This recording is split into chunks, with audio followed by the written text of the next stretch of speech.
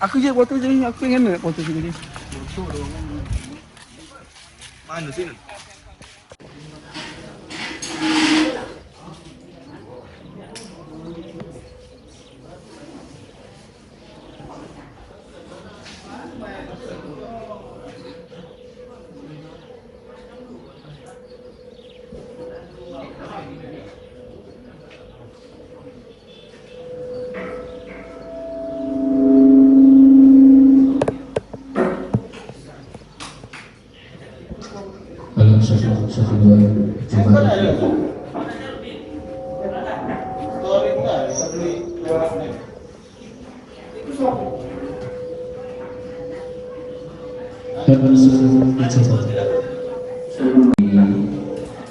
Panggil agar segera memasuki ruangan Masjid Al-Huda mulai karena sebentar lagi acara akan kita mulai.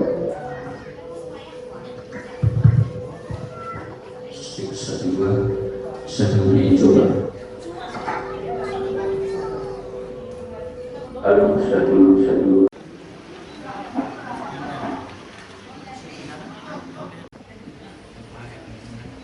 Assalamualaikum warahmatullahi wabarakatuh. Alhamdulillahi rabbil alamin. Wassalatu wassalamu ala asyrafil anbiya'i wal mursalin nabiyyina wa habibina sayyidina wa maulana Muhammad wa ala alihi wa ashabihi wa man tabi'ahum bi ihsanin ila yaumiddin. Qala Allah Ta'ala fil Qur'anil Karim, a'udzu billahi minasy syaithanir rajim. Bismillahirrahmanirrahim. والذين جاءوا من بعدهم يقولون ربنا اغفر لنا ولإخواننا الذين سبقونا بالإيمان ولا تجعل في قلوبنا غلا للذين آمنوا ربنا إنك رؤوف رحيم. صدق الله العظيم. Yang terhormat pun yang sama-sama kita hormati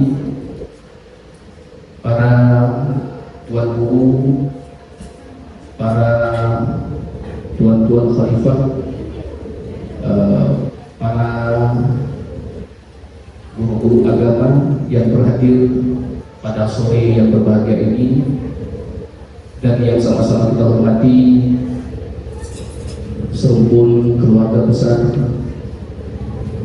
almarhum Tuan Bilal Qasim. Selanjutnya yang sama-sama kita hormati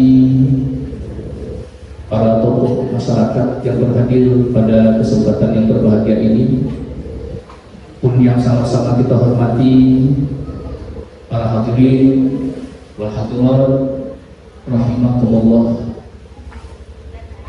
Rabbil alamin. Karena hanya berkat rahmat Allah Ta'ala kita ditakdirkan berkumpul dalam sebuah sholawat dan salam senantiasa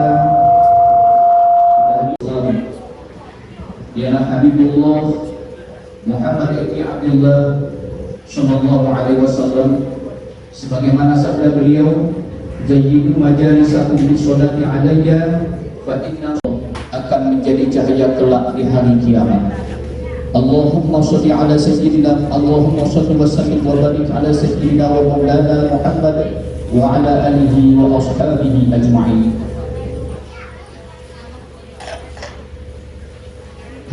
Bapak-bapak, saudara, tanpa pertanyaan mukadimah, selanjutnya kami akan bacakan susunan acara peringatan tahun Allahu Yarham 11 Zulqa'dah 1443 Hijriah bersamaan dengan 16 Mei 2022 menempati acara yang kedua.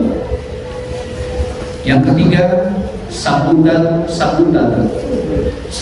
pertama yakni dari jajaran panitia haul Tuan Guru Bilal Qasim yang ke-30 yang akan disampaikan oleh Abang Daka Tarmizi nantinya. Sambutan yang kedua perwakilan perwakilan dari salah seorang keluarga besar almarhum Tuan Bilal Qasim. Dan sambutan yang ketiga, sambutan dari pimpinan Suluk At-Taibin Thariqat Naqsabandiyah Bulbulai. Kemudian yang keempat, pembacaan riwayat singkat atau riwayat hidup Tuan Bilal Qasim. Kemudian acara yang kelima, sebagai penyempurna acara, ditutup dengan doa. Sekarang kita melangkah ke acara kedua, pembacaan wahyu ilahi yang akan disampaikan oleh Bunda kami Rosimah. Kepada Bunda kami Rosimah, majlis mempersilakan. Tuan Bilal Qasim yang terdahulu dalam hal ini disampaikan oleh Abangga, kami kepada Abangga kami persilakan.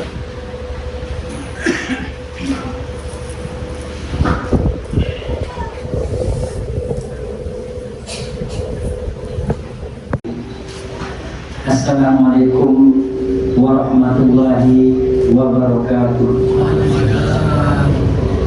Alhamdulillahirabbil alamin. Wassalatu wassalamu ala asrofil anbiya'i wal mursalin Sayyidina Muhammadin wa ala alihi wa ashabihi ajmain. Amma ba'du. Yang kami hormati Bapak-bapak, ibu-ibu yang berhadir pada hari ini, yang sama-sama kami hormati para alim ulama cerdik pandai yang namanya tidak bisa kami sebutkan satu persatu, dan yang kami banggakan para panitia yang bersusah payah menyelenggarakan acara ini. Syukur alhamdulillah kita panjatkan kehadirat Allah Subhanahu wa taala yang senantiasa melimpahkan nikmat, rahmat, taufik dan hidayahnya kepada kita sehingga kita bisa hadir bersama-sama di tempat ini dalam keadaan sehat walafiat. Salawat beriringkan salam tak lupa kita hembahkan perlindungan Nabi besar Muhammad SAW dengan mengucapkan Allahumma sholli ala Sayyidina Muhammad. Mudah-mudahan dengan seringnya kita bersalawat kita mendapatkan syafaat di hari berbangkit kelak. Amin amin ya rabbal alamin. Hari ini kita memperingati ulang tahun wafatnya Tuan Bilal Qasim bin Nurdin yang ke-30. Kita memperingati haul almarhum di samping mengenang perjuangan dan jasa-jasa khususnya di mata keluarga, juga semata-mata memohonkan ampun dan mendoakannya. Kita bacakan Al-Quran, istighfar, zikir, tahlil dan doa yang pahalanya kita hadiahkan kepada almarhum. Demikian sesuai sunnah Rasulullah SAW, karena beliau pun setiap tahun juga menziarahi kubur para syuhada Uhud untuk mendoakannya. Assalamualaikum warahmatullahi wabarakatuh. A'udzubillahi minasyaitonir rajim. Bismillahirrahmanirrahim. Alhamdulillahirabbil alamin wa bihi nasta'inu ala umuri dunya waddin. Asyhadu an la ilaha illallah wahdahu la syarika lah wa asyhadu anna Muhammadan abduhu wa rasuluh. Allahumma shalli ala sayyidina Muhammad wa ala ali sayyidina Muhammad. Bapak-bapak, para khalifah, saudara-saudara dan saudari para hadirin dan hadirat yang kami hormati, terlebih dahulu mari kita sama-sama mengucapkan puji syukur kehadirat Allah Subhanahu wa taala dalam melimpahkan rahmat, nikmat serta karunia-Nya kepada kita bersama. Pada hari ini kita masih dapat bersama-sama berkumpul di ruangan Masjid Al-Huda ini dalam rangka untuk memperingati haul yang ke-30 daripada berpulangnya rahmatullah di sini disebut Tuan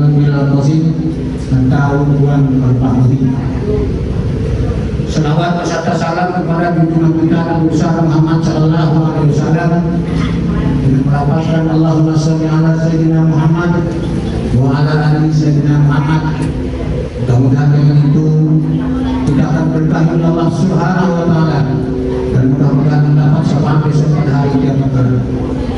Kemudian daripada itu kami bersama keluarga beliau banyak mengucapkan ribuan terima kasih yang setinggi-tingginya, terutama kepada seluruh kita yang hadir pada saat ini. Kemudian yang paling utama kami ucapkan terima kasih ialah kepada pimpinan seluruh Indo ini, yaitu kepada saudara Haji Khalifah Abdul Muhyiddin yang dalam hal untuk pelaksanaan full tahun ini telah pun mengadakan suluk selama 10 hari. Sebagaimana sudah disampaikan malam, maka pahala ibadah suluk selama 10 hari itu yang tadi malam saya dengarkan bahwa pahala daripada perbuatan atau amal itu telah pun diserahkan kepada almarhum Tuan Guru Husain. Kemudian juga kami juga mengucapkan ribuan terima kasih kepada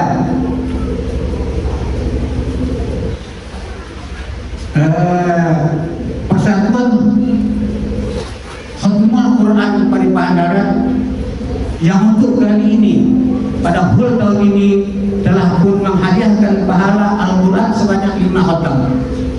Kemudian ada daripada anak yang wajar, kemudian juga ada daripada anggota mulia.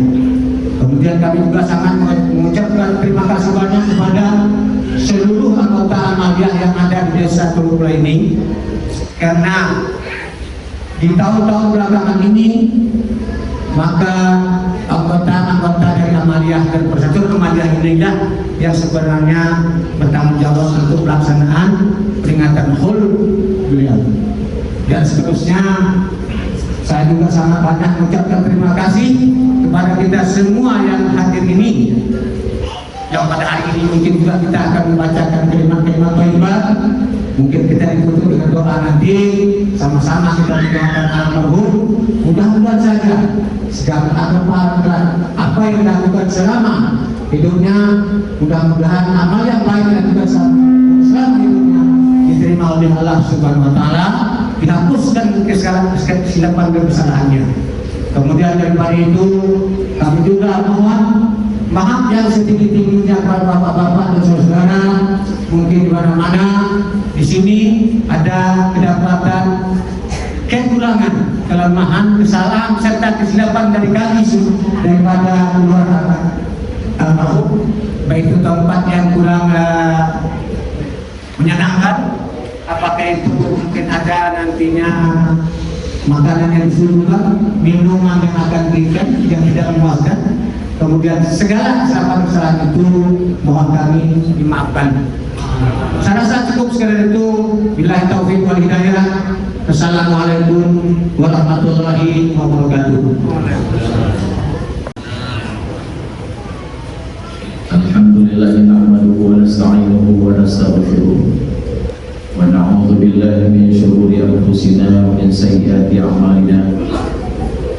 May yahdihillahu fala mudilla lahu wa may yudlil fala hadiya lahu. Asyhadu an la ilaha illallah wahdahu la syarika lahu wa asyhadu anna Muhammadan abduhu wa rasuluhu la nabiyya ba'dahu. Allahumma shalli wa sallim wa barik ala nabiyil karim sayyidina wa maulana Muhammad wa ala alihi wa sahbihi ajma'in. Subhanaka la ilma lana illa ma 'allamtana innaka antal alimul hakim. Rabbi shrah li sadri wa yassir li amri wahlul 'uqdatam min lisani yafqahu qawli.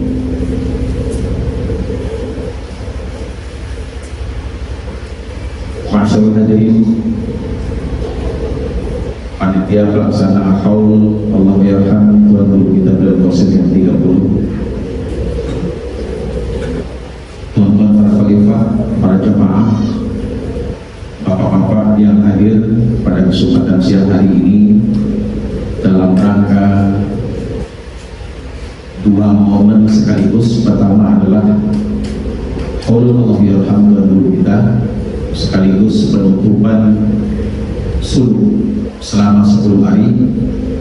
Alhamdulillah kita bersama para jamaah kaum bapak dan ibu telah memulainya pada tanggal 6 Juni 2022 dan alhamdulillah pada hari ini berakhir. Insyaallah setelah khotam pada asar nanti maka selesailah suluk 10 hari yang kita lakukan sempena memperingati haul tuan guru kita yang ke-30 ini. Salawat dan salam kita sampaikan kepada junjungan kita Nabi Muhammad SAW. Allahumma shalli ala Muhammad wa ala alihi wa sahbihi ajma'in. Bapak Ibu hadirin rahimakumullah, tentunya kami tidak banyak menyampaikan karena pun kami sudah menyampaikan 10 malam kiranya sudah berturut-turut. Kami telah banyak berbicara di hadapan kita semua. Namun hari ini kami tentunya pertama sekali kami mengucapkan terima kasih kepada panitia pelaksana haul yang guru kita dengan alasan bahwa suluk ini adalah bahagian daripada acara haul Allah. Tapi ibaratkan seperti kompetisi SEA Games, kami adalah di antara salah satu cabang olahraga yang mendahului acara, mungkin sepak bola ya. Kami telah memulainya 10 hari yang lewat dan juga kami berterima kasih kepada panitia karena hari ini sebenarnya adalah tanggal 16 Zulqa'dah, salah gitu ya, tanggal 16 Zulqa'dah 1443 Hijrah. Mestinya haul itu persis tepat berakhirnya adalah pada tanggal 13 Zulqa'dah. Jadi molor dia 3 hari dari ketentuan haul yang kita laksanakan pada setiap tahunnya. Teluk Pulai adalah salah satu tempat yang sejarah suluk itu memang sudah cukup lama dan perjalanannya cukup panjang. Menurut salah satu informasi yang kami terima dari orang tua kami, bahwa sekitar tahun 50-an, bahkan mungkin di akhir tahun 50-an, itu suluk di Teluk Pulai itu sudah ada. Bagi ibu-ibu yang mungkin usianya di atas 60 tahun, itu kita masih bisa mengingat di daerah atau di seputaran bahagian bahasa kitanya, kalau biasa kita menyebut namanya dengan bau, bahasa daerah yang barangkali jangan sempat tidak tinggalkan. Nah, di seputaran daerah Pelabuhan sana itu dulu ada satu musola, tapi sampai hari ini saya tidak tahu musolanya. Mungkin belum tahu, mungkin musola, nama musolanya apa, nama musolanya di daerah, bahwa beliau tidak dilantik oleh Haji Ahmad, tapi mungkin ini penghargaan yang diberikan kepada beliau yang melekat dengan Khalifah Muhyi al-Muhyil Mumitul Hayyul Majidul seterusnya, dan saya diberikan Khalifah yang dimasukkan pada sebahagian nama beliau sebagai Khalifah yang ke-6 yang insya Allah nanti akan dijelaskan ya, akan dijelaskan. Saya Khalifah yang terakhir, Khalifah yang ke-6. Sebahagian dari nama beliau itu juga nama Khalifah yang dicantumkan kepada gelar Khalifah saya, yakni bergelar dengan Khalifah Muhyiddin. Ini apa beliau? Khalifah Muhyiddin, Muhyi itu artinya yang hidup, Muhyiddin, din itu agama. Coba lagi mau sedap ya begitu lah. Itu dia, Muhyiddin. Itulah gelar yang diberikan kepada kamu. Selanjutnya di Teluk Pulai ini juga pernah sempat menuduhkan Tuan Khalifah Lataf. Kalau saya tidak salah, tapi nanti kalau salah ada ya, berikan informasi balik. Tuan Khalifah Lataf ini adalah pakcik daripada Khalifah Musawir yang itu bahasa.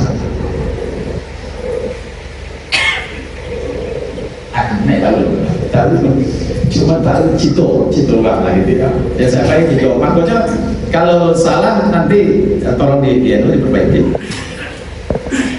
Kemudian selanjutnya juga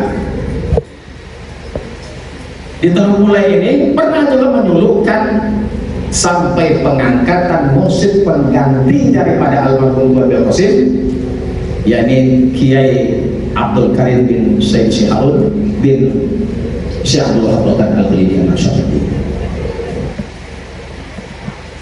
Itu pada sekitar tahun 1992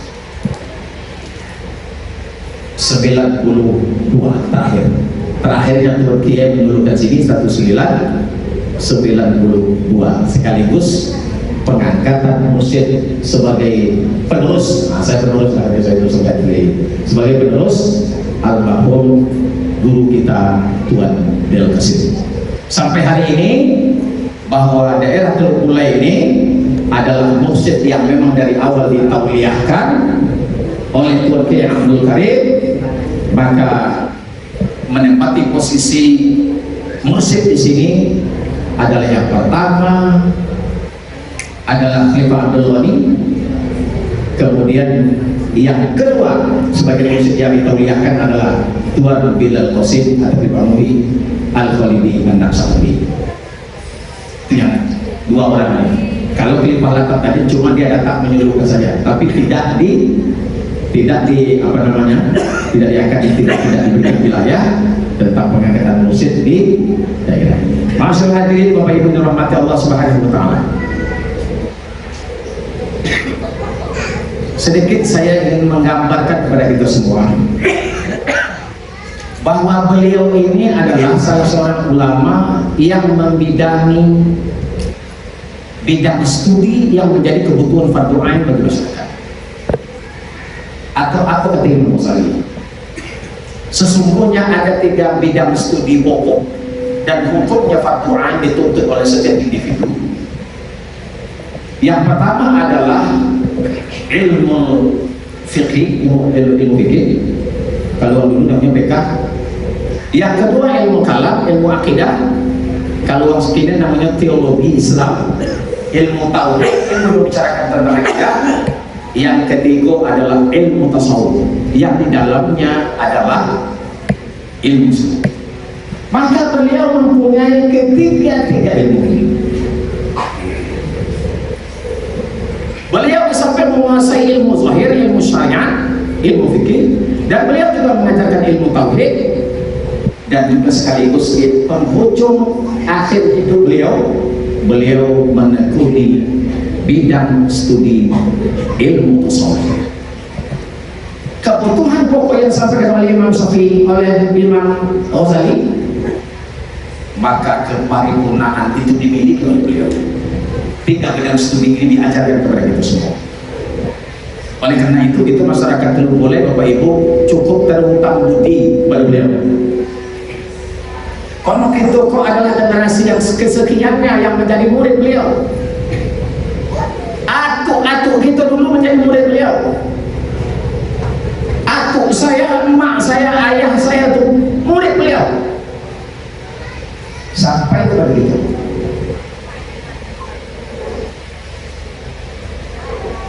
Jasa inilah yang kita kenal. Perjuangan beliau yang sekian puluh tahun itu hanya sebagian yang tercatat oleh kita, tapi banyak lagi mungkin sejarah-sejarah yang tidak tercatat oleh kita, dan itu adalah sumbangsi beliau untuk memberikan ilmu pengetahuan kepada kita semua. Rajinnya beliau memberikan ilmu pengetahuan itu tak sangka lagi.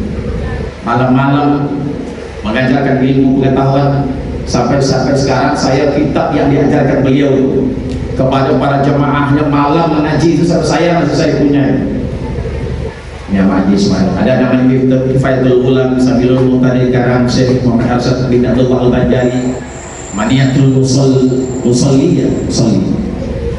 Lagi apa namanya lagi? Usul tahqiq dan lain sebagainya. Kita yang pelajari begitu. Sampai sekarang saya tetap mengidolakan kitab yang ditulis dengan gigi, tapi bukan gundul loh.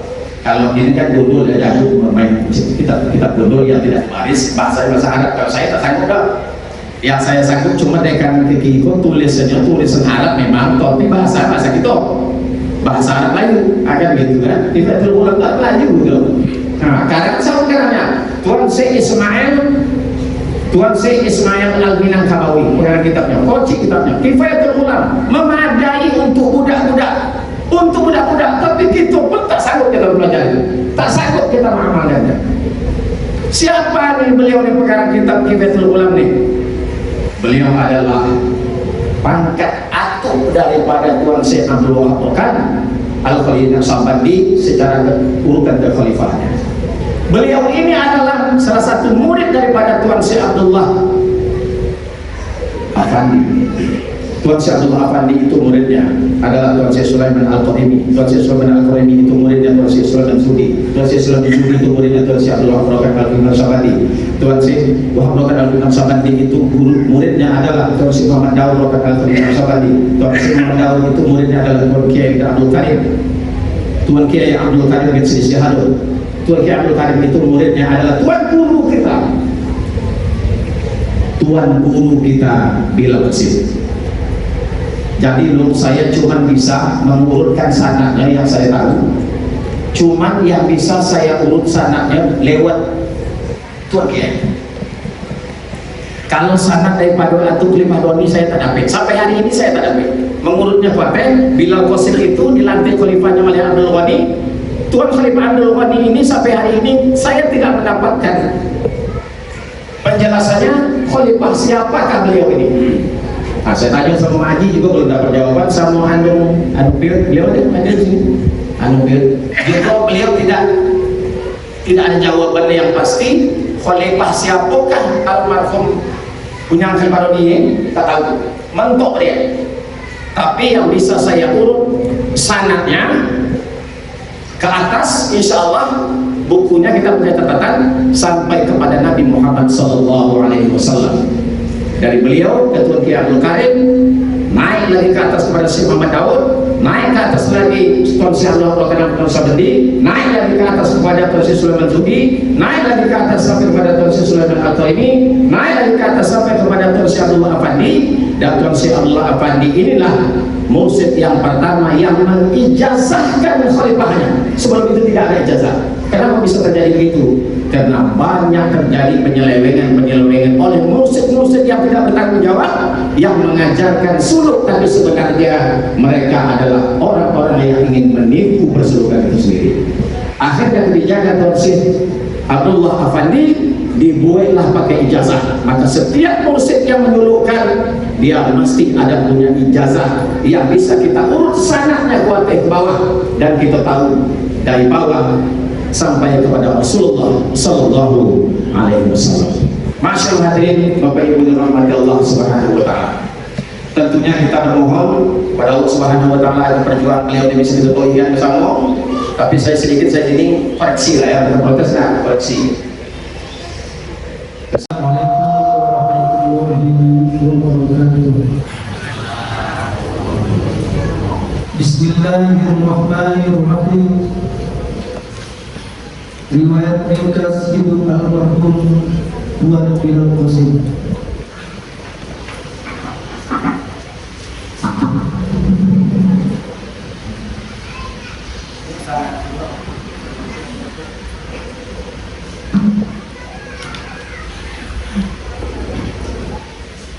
Beliau berasal keturunan Tampusai dari Lampung. Ayahnya bernama Tujil dan ibu beliau bernama Lia.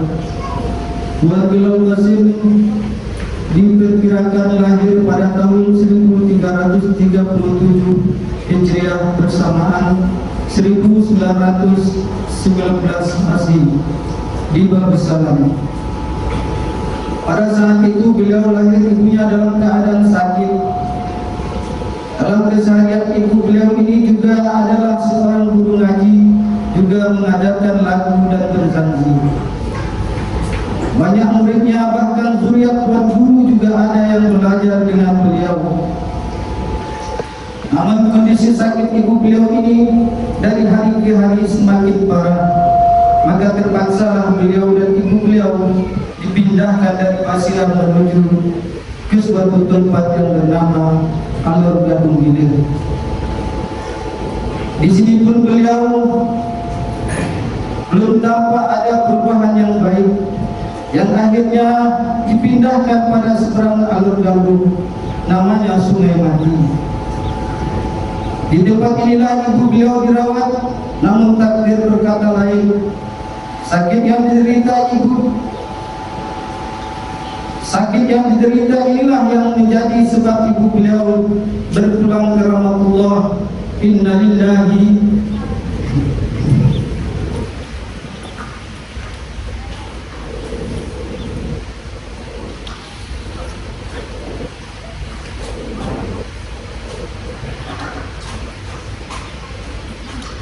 Inna lillahi wa inna ilaihi raji'un.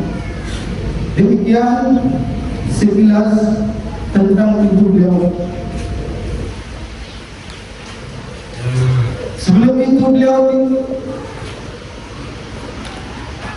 setelah ibu beliau meninggal, Tuan Beliau Qasim tinggal bersama andungnya yang sudah tua, yang usianya di kala itu lebih dari 100 tahun. Pekerjaan beliau di kala itu sehari-harinya memotong getah kepunyaan abang beliau yang bernama Ujang.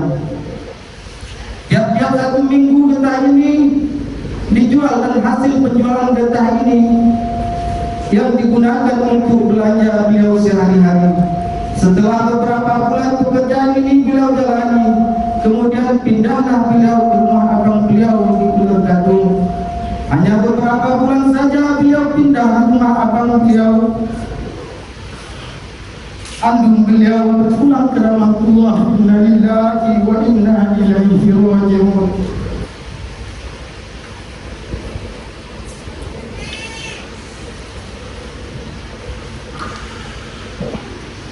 Abang beliau ini punya anak bernama Junid dan Khalid.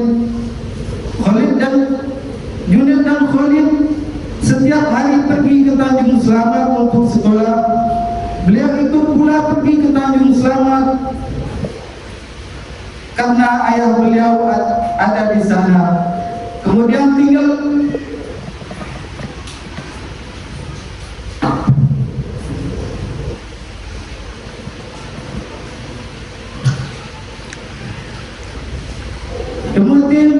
beliau dengan ayahnya kira-kira 2 tahun lamanya.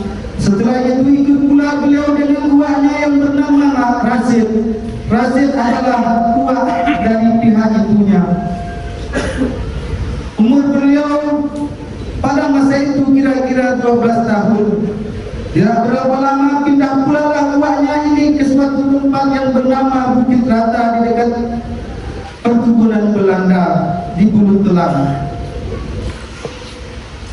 Uaknya ini membuka perladangan, jadi setiap malam uaknya ini datang ke Bulu Telang untuk mengajarkan orang-orang di sana berzanzi, marhaban, dan juga mengajarkan kitab. Kemudian beliau dimasukkan uaknya ke sekolah di perkebunan itu, yang kebetulan anak uaknya Hasan dan Nurdin juga sekolah di situ. Setelah setahun sekolah di situ, maka dimintalah beliau oleh seorang yang bersuku Jawa untuk tinggal bersamanya untuk mengajarkan Al-Quran. Beliau pun dijadikan anak angkat oleh orang Jawa itu.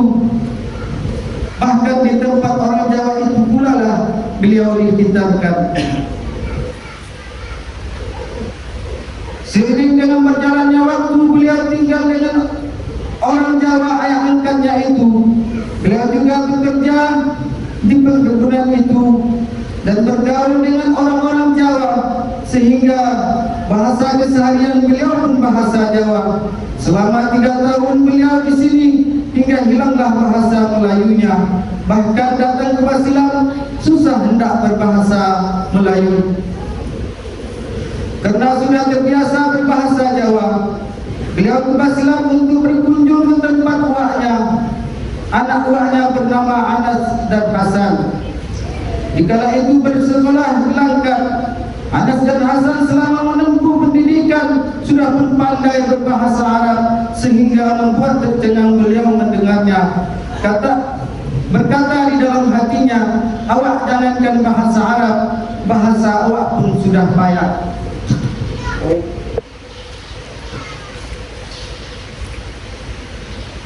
Melihat saudaranya Anas dan Hasan yang sudah alim, maka berkeinginan beliau bersekolah seperti mereka. Lalu beliau berkata kepada uaknya, apalah kesudahan saya ini? Saudara-saudara saya sudah pada alim-alim, sedangkan saya masih tinggal di tempat orang Jawa. Dan bahasa Jawa lah, dan dilingkup dengan orang-orang Jawa, hanya berbahasa Jawa lah yang saya tahu. Uaknya menjawab, bagaimana hendak kubuat, sedangkan kau jauh dari Basilam ini. Tapi kalau kau balik ke Basilam ini, barulah uak masukkan kau ke Langkat sekolah. Kemudian jawab beliau, kalau begitu baiklah Wak. Setelah itu baliklah beliau ke tempat ayah angkatnya untuk bermohon diri. Setelah bermohon diri dengan ayah angkatnya, maka datanglah kembali beliau ke Basilam agar dimasukkan sekolah di Langkat. Beliau pun dibawa oleh uaknya ke Langkat untuk diserahkan sekolah kepada seorang guru yang bernama Tuan Johari. Sekolah di sini ada 3 tingkatan. 1 Tajizim, 2 Ibtidai, 3 Sanawi.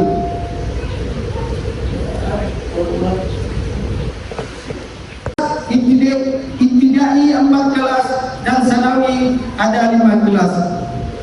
Maka dimintalah oleh uaknya ini agar dimasukkan langsung ke kelas Ibtidai tanpa melalui kelas Tajizim.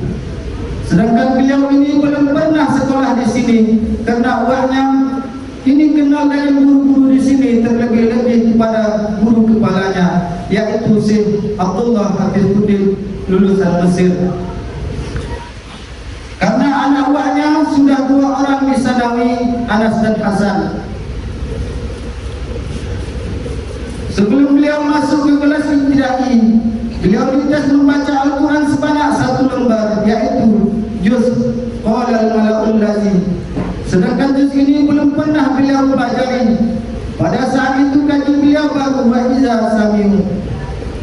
Maka dibacalah pada saat itu juga. Alhamdulillah Allah Ta'ala menolong beliau sehingga beliau lulus. Maka diterimalah masuk ke kelas 1 Ibtidai. Kemudian guru berkata, besoklah baru belajar. Maka besoknya selesai sholat zuhur, beliau pun pergi dengan sendirian saja, dengan memakai kereta angin. Tidak berapa lama sampailah beliau di sekolah. Kemudian lonceng pun berbunyi, murid-murid pun masuk ke kelas. Tidak berapa lama guru pun datang, murid-murid pun menyambut dengan berdiri memberi hormat. Setelah memandang semua muridnya, guru itu pun berkata, julus. Maka murid-muridnya duduk. Maka mengertilah beliau bahwa gurunya itu menyuruh duduk. Guru pun datang ke depan kelas membawa sebuah kitab nahwu. Maka murid-muridnya pun semua membuka kitab, dan kitab beliau ia pegang saja. Lalu kawannya berkata kepada beliau, bukalah kitab itu Pak Lebay. Kebetulan beliau sendirian yang memakai kopiah yang berwarna putih, sedangkan murid-murid yang lain semua memakai kopiah hitam. Guru pun memulai pelajaran dan membaca. Al-Kitabul Awwalu minal hurusin nahwiyah minal hurufil hijaiyah tatarakabul kalimat allati awwaluhal alif wa akhiruhal ya. Yang artinya, bermula kitab yang pertama dari pelajaran nahwu, daripada huruf hijaiyah tersusun beberapa kalimat yang awalnya alif dan akhirnya ya. Beliau tidak mengerti apa yang dibaca guru itu. Kata hatinya, inilah baru mati. sedangkan satu huruf saja tidak tahu artinya, apalagi banyak.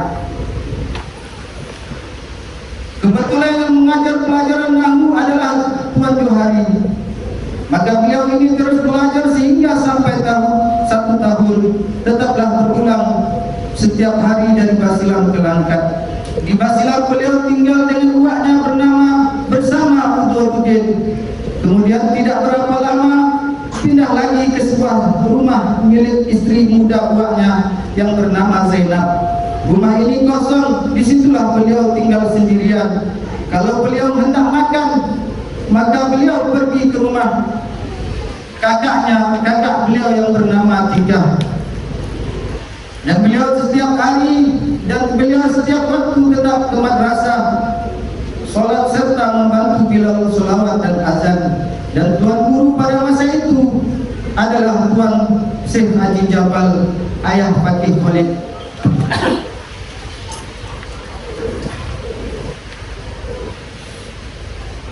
Setelah beberapa hari beliau makan di rumah kakaknya Tika, beliau merasa kurang enak hanya makan saja, tidak bekerja. Maka dijumpainya ulun beres untuk minta carikan pekerjaan. Maka disuruh ulun beres inilah beliau memotong getah yang berada di ulu seberang sungai. Setiap 5 hari getah ini dijual dan dapatlah uang.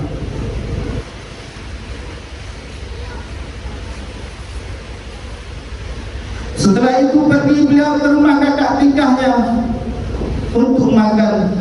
Setelah makan, beliau pun berkata, "Kak, sekarang saya sudah dapat kerja dan dapat uang belanja. Oleh sebab itu mulai sekarang biarlah saya masak sendiri." Dijawab kakaknya, "Kenapa begitu, Dek?"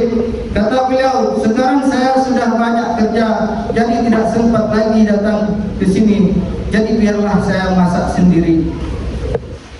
Singkat cerita, setelah habis sholat subuh, mudiklah beliau dulu untuk memotong getah. Jam 11 pagi barulah beliau pulang, kemudian mandi lanjut sholat zuhur. Selesai sholat barulah makan, sesudah selesai makan barulah berangkat ke Langkat untuk sekolah.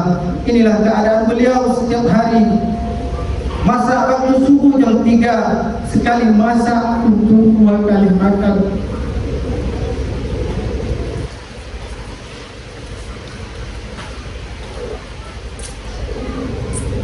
Kemudian sesudah beberapa minggu pada waktu sholat,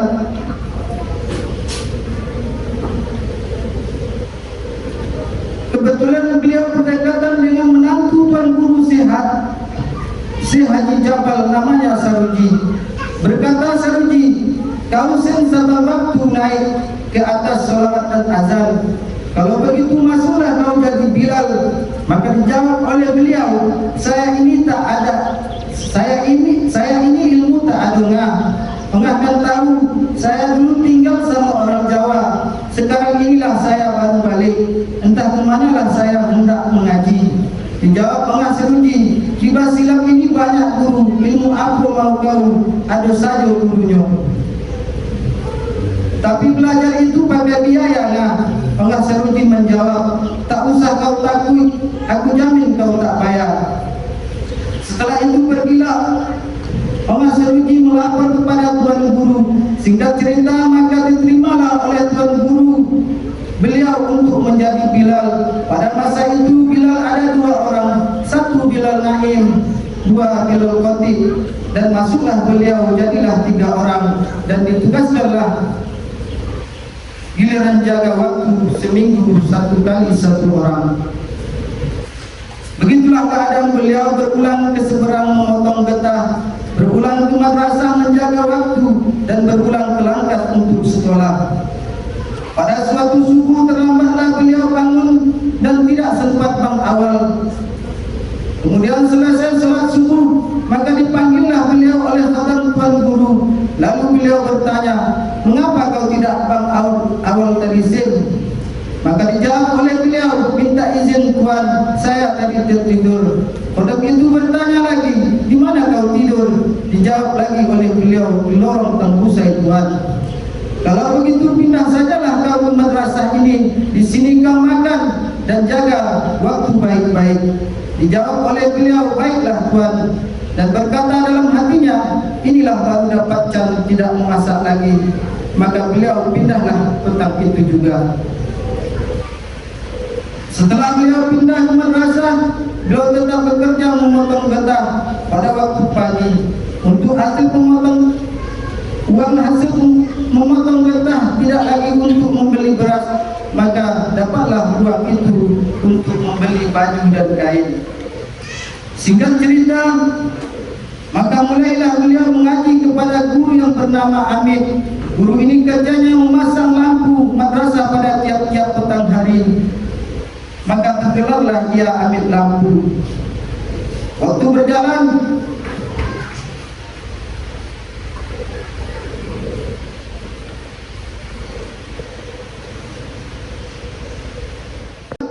waktu belajar kepada guru Amit ini dari jam 8 pagi menjelang zuhur, berkata dalam hatinya, inilah baru gawat. Macam mana ini, sedangkan awak pagi harinya memotong getah, kacaulah katanya. Maka didatangilah orang Saruji kembali. Katanya, "Ngah, saya mau mengaji, guru sudah saya jumpai, kita pun sudah ada. Tapi bagaimana waktu mengaji ini pagi, sedangkan waktu pagi ini saya memotong getah?" Dijawab orang Saruji, "Kalau kau mau mengaji dan belajar, berhentilah kau memotong getah. Tapi Ngah, apa mau dibuat belanja?" kata beliau. "Maka sudah ditanggung Pak Haji," kata Mas Saruji.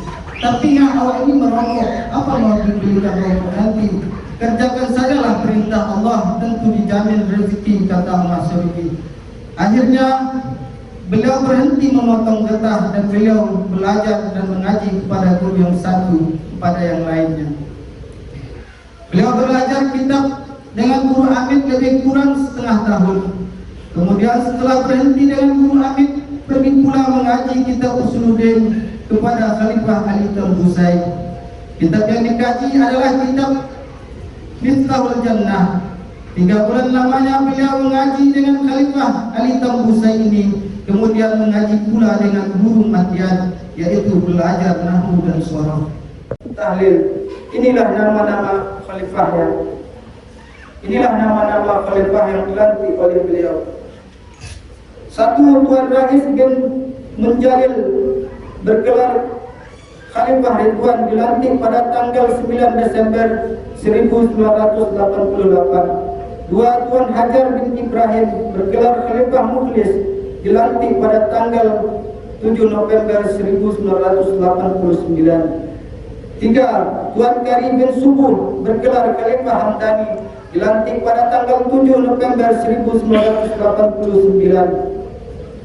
4. Tuan Haji Ismail bin Boneh bergelar Khalifah Mukmin, dilantik pada tanggal 8 November 1991. 5. Tuan Ilad bin Awaluddin bergelar Khalifah Muslim, dilantik pada tanggal 8 November 1991.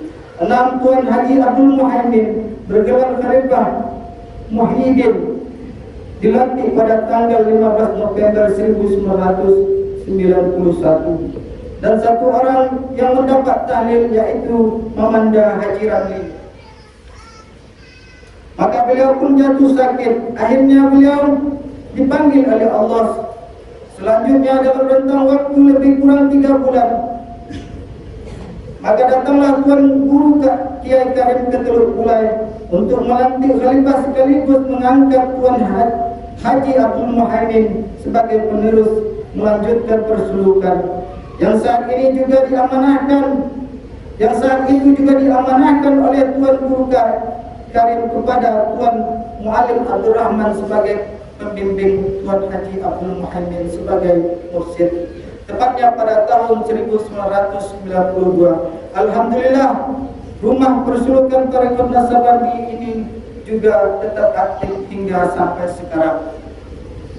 Begitulah sejarah ringkas perjalanan Tuan Bilal Qasim dari tanah kelahirannya Bagus Salam hingga ke Teluk Bulai. Sejarah ini kami tulis kembali dengan sedikit ringkasnya dari tulisan beliau. yang beliau tulis pada tahun 1991 yang dikala itu umur beliau telah mencapai 73 tahun.